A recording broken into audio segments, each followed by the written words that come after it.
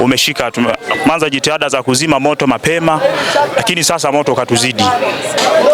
Tuliokuwepo kazini na bosi tulishirikiana kuuzima na fire extinguisher maji, lakini moto ulishindikana, ikabidi tutoke.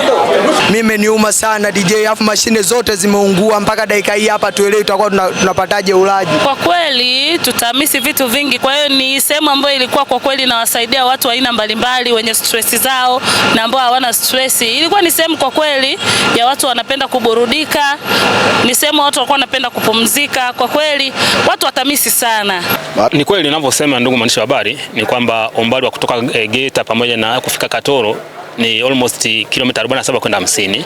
Kwa hiyo tunapokuwa tunapokea taarifa kwa umbali huo, na ukizingatia pia kwamba wananchi pia wanatoa taarifa kwa kuchelewa wakati mwingine, kwa hiyo tuna delayment ya almost saa nzima hapo katikati. Kwa hiyo moto tunapokuwa unawaka ndani ya saa nzima hamjafika kwenye tukio ni changamoto. Jeshi la Zimamoto na Uokoaji kwa mkoa wa Geita au ina mpango wa kuanzisha ofisi hapa kwa mji wa Katoro. Kwa hiyo muda wote tu kwa mwaka huu naamini kwamba haitapita kabla hatujaanzisha ofisi hapa na kusogeza huduma ya jamii ya zimamoto karibu na huduma wananchi.